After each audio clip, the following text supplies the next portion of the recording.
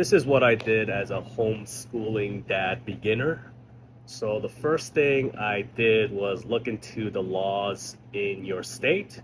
A good resource that helped me, and I mean YouTube helped me, but good resource helped me was www.homeschoollegaldefenseassociation.org. So that site helped me a lot for sure, and you'll know like all the paperwork and stuff that you have to send to your school district. If you have a BOCES, usually a BOCES has a homeschooling department that helps out with that. Um, but yeah, but the first thing, even before you go into the legality of this whole thing, is your situation, right? Like the whole logistics of your life. Are you able to handle that situation? Is your spouse and you okay with it? You have to really look at it very realistically as a parent, as an adult. Um, are you financially able to support this? And are you able to give the time to support this, to do the homeschooling? And do you have the mental capacity to do it? So in my situation, I live at home with my mother and my grandmother. Um, and so that gives me the privilege of not being having to pay for rent, um, which is humongous. And so in that situation, I don't have to constantly worry about, um, having thousands of dollars to pay for a mortgage or rent. So that is a huge blessing, and it gives me the financial flexibility to pay for certain activities or career choices that's I'm able to cater around the homeschooling lifestyle. So with the homeschooling lifestyle, like, you and your spouse on board, are you financially able to do this? And do you have the time luxury to do this? And I say luxury privilege because not everybody is able to do this, and they have to really pivot their lifestyle to make this happen. Um, for example, like if you work from home, are you able to work from home to do this? Are you able to, and do you have the mental capacity and the temperament to be working from home on a laptop computer, have meetings while your toddler is in another room, or your toddler's in the same room making noises and fooling around and all that stuff? Are you able to do that? Um, and yeah, so and your situation could be different. I'm in a co-parenting situation, and I have my child from 7 to 8 in the morning, all the way from 6 to 7 p.m. at night, and he's sometimes with me 2 to 3 times per week, 24 hours a day, right? And sometimes in a row. So actually, usually it's in a row.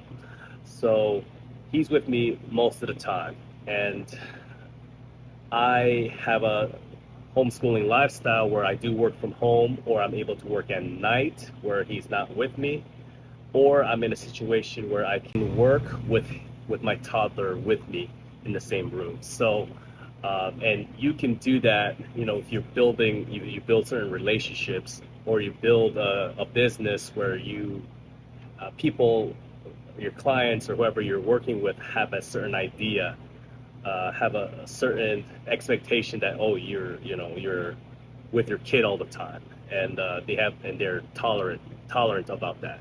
So that's the thing, like with a certain lifestyle. But and also I want to understand, yeah, those are the logistics and realistic logistics that you have to really look at, and you'd have to know when to pick and choose your battles.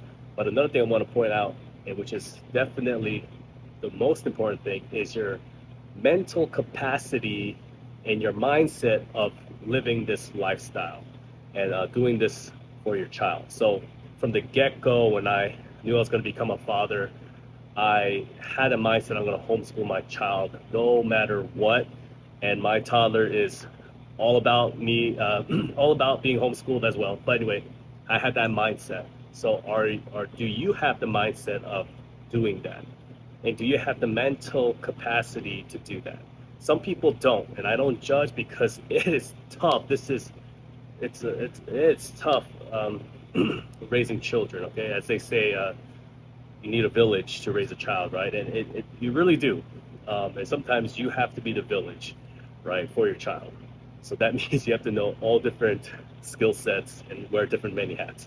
But anyway, and it's tough, and you have to be realistic. Like, what is your career field?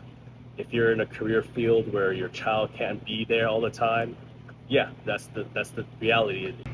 If you don't want to be home all the time or be around your child all the time, um, and live this homeschooling, like, you have to be real with yourself. Okay, you can't be having the mindset like, oh, I'm gonna homeschool and then resent your child or put yourself in a position where you dislike your children.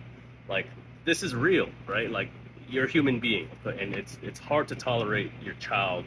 Even for me, I love my child, and I'm with him more than most the average parent is, right? But like, even for me, it gets tough, especially the days where he's with me, like few days in a row, right? You got to be really real with yourself and see if you have this mindset and this lifestyle that you want to do, right? In my situation, I'm able to work at nights. I'm able to work with him. I sometimes I do freelance work on the computer and stuff, so I'm able to do that. And I'm trying to build a content creation, brand, right? I'm trying to do the homeschooling brand, so it aligns with me and in my lifestyle. So that's why, I have the privilege of living at home, and I have uh, a lot more time capacity to do these things. Another thing as a homeschooling beginner is picking a curriculum. So at first, I did not have a curriculum. My son's been homeschooled for a year now, but at the first few months, well, even when I was, raising him up, I was introducing him to different things, But when I first started, like, all right, let's kick it in gear. Um, I kind of made my own curriculum, let him watch certain videos, introduce him to letters and numbers and colors and all that good stuff, right? But at this age, it's really hard to gauge like what he's supposed to know, and at this age, like, you don't know like what your child's learning style is or what he wants and what he desires. But like, I guess as a Korean Asian male, like, you have high standards for your child, right? Or any parent has any good parent has high standards for their child. And I'll find myself upset with my child because he wasn't learning quick enough because of like what I thought was the standard, right? And I know that's not okay. And I had to look at myself and be like, all right, maybe I don't know what's best in this area for my child. And so that's why I was looking into curriculums. And I was researching a bunch of curriculum, a lot of YouTube videos, lots of homeschooling mom videos, right? Lots of trying and talking to homeschooling, like the community that I found here, which is there's a lot of people, but you still have to find them, right? And the best way to find other homeschoolers is to show up to like these community areas, like a science center, at very odd times, like 10, 11 in the morning, and there's another parent there 10, 11 in the morning at the same age as your kid, and you start talking to the parent, and you tell them you homeschool, and they're like, oh, you homeschool, I homeschool. That's how you network, right? And Facebook groups, and you look up homeschooling groups and stuff like that. But that's just a tip. Find a curriculum because it gives you a certain path to follow. And then from there, you can follow that path instead of trying to, there's a lot of subjects: math, science, English, language arts, all different kinds of things, music, whatever, right? There's a lot, and it's overwhelming. And as a parent, it's super overwhelming. So it's good to have some sort of structure, curriculum that you follow, and then you can just add on to it or take away, and that's your choice. That's the luxury and privilege and amazingness of homeschooling. You can do that. So what I do is I follow the good and the beautiful curriculum, and I also do some computer stuff as well, like computer software, or like a website that I follow. It's called adaptmind.com, and I do some stuff there, and I do some reading. There's some science stuff from Good and Beautiful too, and some writing practices, and just doing a lot of extracurricular activities, martial arts, dancing. Right now, I'm in the process of figuring out how to get him more into music, and just having him explore, just going on trips to different areas for him to observe. Um, I believe the classical learner perspective is like if you want your child to be creative, he has to have things that he draws from. You can't just, oh, you can't just let him draw from nothing. You gotta give him, he needs stuff in his inventory to draw from, pull from, right? So you have to just expose him to lots of different things as much as possible. So anyway, so that was my take on my child on a curriculum, because I couldn't, I didn't know where to gauge, and as a parent, I had to look at myself and be like, all right, I'm not good at this. Someone else who's has children and done this must be better at building a curriculum than I am. So let's see what they can do. So that's what I did as a homeschooling beginner. I'm just year one into this, and yes, but conclusion: one, figure out the legalities of homeschooling.